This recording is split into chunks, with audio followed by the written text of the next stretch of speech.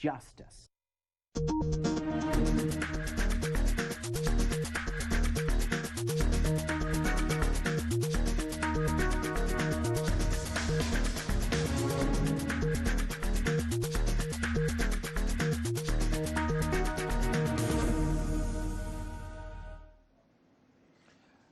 Hello and welcome to Shaka Extra Time, a show that comes to you every Tuesday. And joining me on set is Shaka Sal himself, aka the Kabale Kid. Hello, Shaka. Hello, Paul. How are you? I am hugely terrific, Paul, and thank you very much for being a rescue mission because it almost looked like it was going to be Murphy's Law all the way today. My friend, I almost sent a 911 to look for you. A warm welcome to you, all our Facebook followers are watching us live. Shaka Extra Time is a show that comes to you every Tuesday. And today we'll be talking about certain things that are happening on the continent. We'll start in the Democratic Republic of Congo, where the two rival groups, mainly the incumbent president and his predecessor, Joseph Kabila, just announced a coalition government. But it looks like the current president, Felix Tshisekedi, really has no power from what we've seen. They now announced a cabinet of 66 ministers, 42 going to Kabila and 23 going to the current president. Your thoughts, Shaka? If what you are saying is true, then who actually won the election? That's a question that is above my pay grade. Hopefully you can answer that. Is it quite possible that Felix Tshisekedi, after all, may not in fact have won the election, that he was probably given a nod by former President Joseph Kabila? Because from what you described, sincerely, it would seem to me that Felix Tshisekedi has the title of president, has the position of head of state, and you can in fact refer to him as His Excellency. But beyond that, where is his authority? He does not control, for example, the National Assembly. He does not control the cabinet because the Prime Minister, the last time I checked, belongs to Mr. Kabila's party. And you also just mentioned that Kabila, in fact, has a majority of the position of cabinet portfolios. Kabila continues, for example, to control the institutions of violence. So if you talk about the military, the police or the gendarmerie, controls the intelligence and what have you. So what does, in fact, Felix Tshisekedi control? That's another interesting question. But does this surprise you, knowing the two politicians? Well, I would have thought that you did have an election and that Felix Tshisekedi won the election and therefore has a mandate to govern. How do you govern when your hands are tied behind your backs and your feet are tied together? How do you punch when it comes to the heavyweight boxing championship of the world? You know, speaking of, I don't think I can think of a better analogy really to paint a good picture when it comes to what we see in Congo. What's the likelihood that this coalition will collapse simply because I don't see how the current president or the incumbent president, Felix Tshisekedi, can hold on to power if things are looking like this? Well, they probably have a very, amiable arrangement. They know each other's strengths and weaknesses and what have you, and they have decided to figure out a way of making sure that they coexist, they share the power, and they figure out how to hold each other's back so that at least for now, the country continues to enjoy some semblance of peace and stability. As a matter of fact, Felix Tshisekedi has some wiggle room because the last time I checked, he promised, for example, reconciliation. And he has been able to deliver a little bit on that because Moise Katumbi, for example, the man that used to be the wealthy governor of Katanga, you know as well as I do that he at one time had actually been physically barred from entering the country. He had actually lived in exile, but mainly I think in the colonial master's territory, that is the Kingdom of Belgium, for almost 3 years, mind you. But the last time I checked, is now back in the Democratic Republic of Congo, and that was possible because it was President Felix Tshisekedi who actually gave him a nod. Shaka, when you look at this scenario in Congo, can this be something that can be replicated across, especially in countries where we've seen these long-term leaders who have refused to leave? Why can't they negotiate power just like Kabila did? You still control the power, but you're out of the presidency. Can't that happen in some of these other countries where we've seen these guys hang on for life? Well, you could probably only do that if you are more than a president. If, for example, you control the country or you look at the country as a personal real estate, or you look at the country as a political farm of sorts, and that country does not belong to the citizens of that particular country, but that you actually own because the people have abdicated their responsibility of being citizens who owe allegiance to the state and therefore have constitutional powers and have in fact become subjects who do not have rights, certainly not constitutional rights, certainly not birth rights, not inalienable rights, but in fact owe allegiance to the individual authority who in turn rewards them with privileges.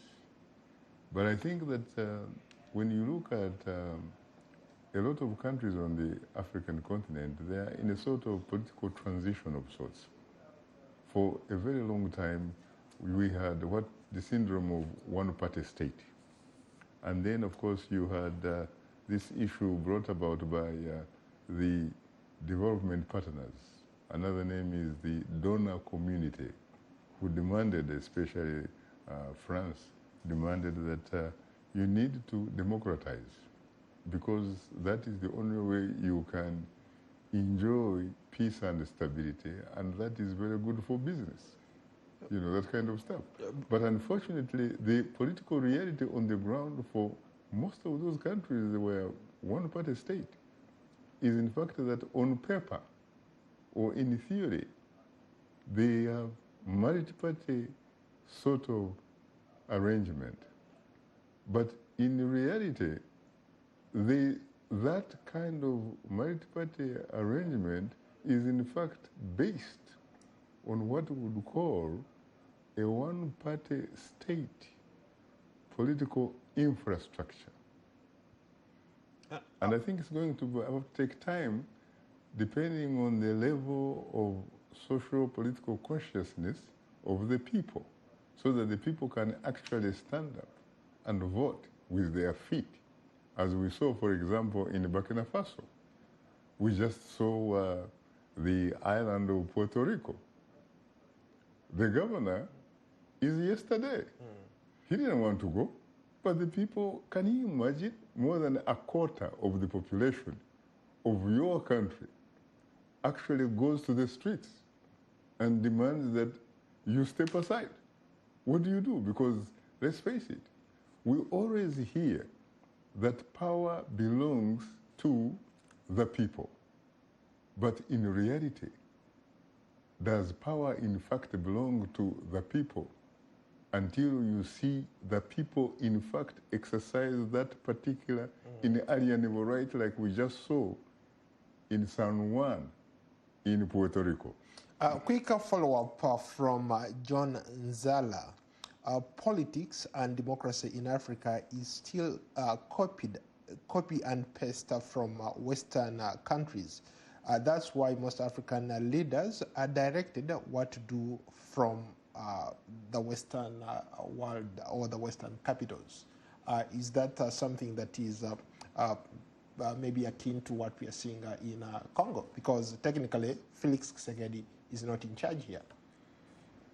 He obviously has to be able to make a persuasive case that he is in charge. Because based on what we just said, based also on what you walked us through, in terms of the numbers game, in terms of the cabinet. In fact, we should probably even look at the specific dockets that are controlled by either party. We should look, for example, the Ministry of Finance, the Ministry of Mining, the Ministry of Defense, the Ministry of Interior, the Ministry of Foreign Affairs. We should be looking at some of those ministries who actually controls them. Another quick follow-up. Earlier you talked about peace and stability, that there is a semblance of peace and stability in the Congo. But people in Eastern Congo will argue that what you're talking about is something unheard of. They have not experienced any peace or stability in that part of the country. And perhaps one could argue that maybe if Kabila had not gone that route, the whole country would have disintegrated into a civil war. How would you respond to that kind of criticism? Probably, but I think that we have to be very careful with the choice of words we use here, because I said there is a semblance of peace and stability. That is different, for example, from saying or arguing that there is peace and stability. And I think when you think about it, really,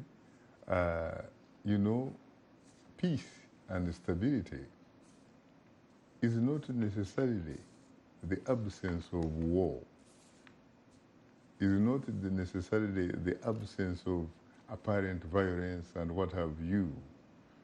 It is the absence of the presence of social, economic, political justice for all.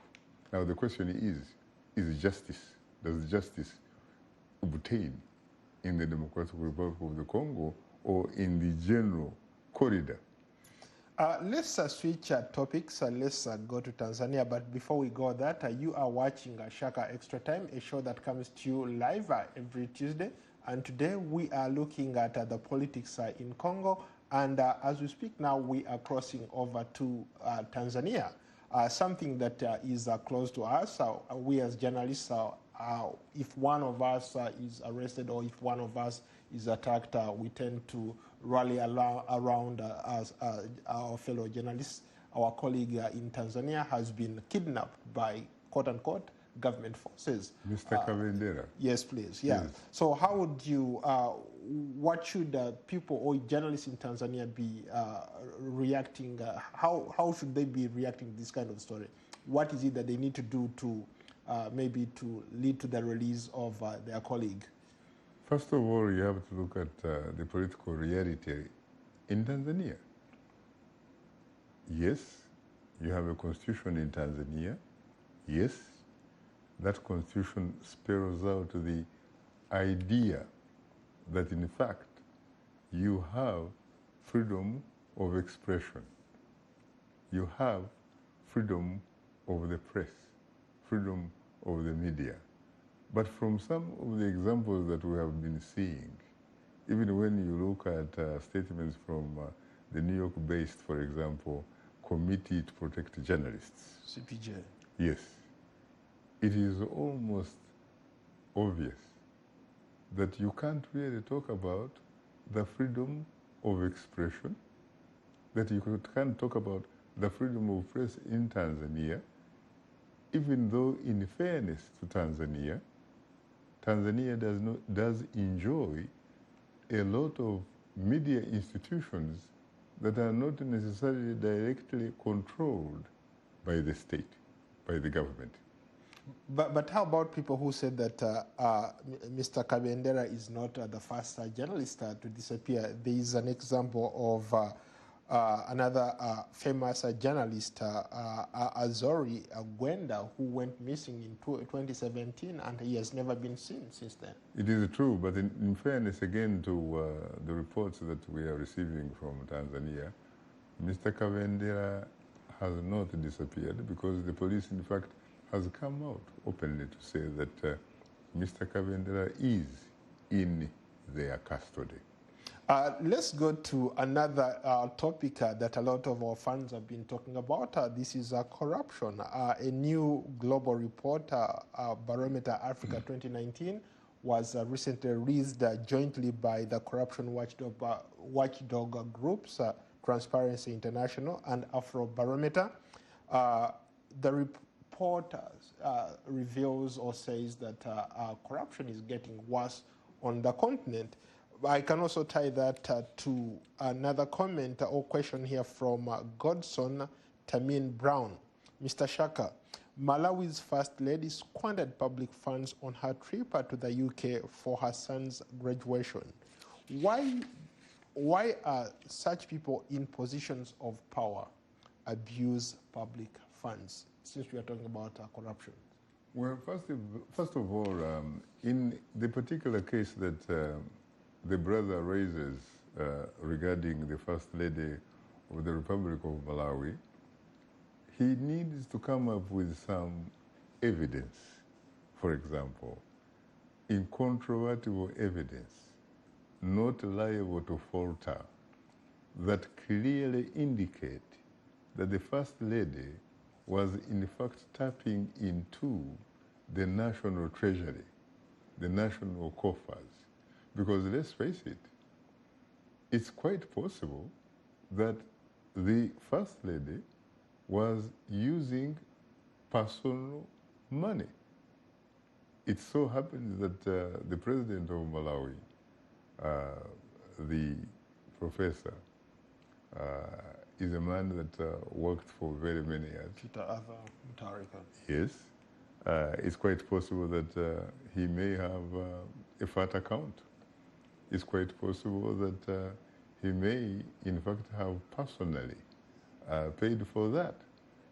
The danger with that is that Africa is full of individuals who occupy those positions and using the national treasury as if, in fact, it is their personal account. And later then they talk about how they used their personal money. In the case, for example, of the Ugandan President Yoweri Museveni, at one time, he was accused for having sent one of his daughters to give birth in Germany. She was sent in a presidential jet. And the president, if I remember correctly, he said he was in fact using his personal money to send his daughter to whomever he wanted to take care of his daughter. If true, you know, he's right. He's right to do whatever he wants. But obviously, if you fact check and what have you, you will find that there may in fact be evidence that on the contrary, he was probably using the national treasury.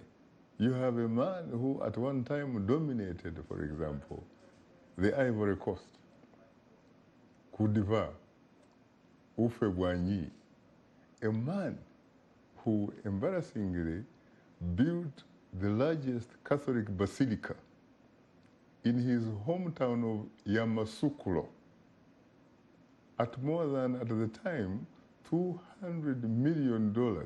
And he actually said it was his personal money.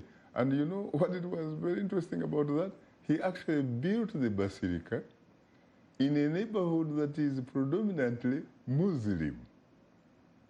He actually invited the Pope at that time to come and open it, and the Pope gave conditions to attach hospital and some schools and stuff like that before he could you know, gather some kind of moral authority to give it a stamp.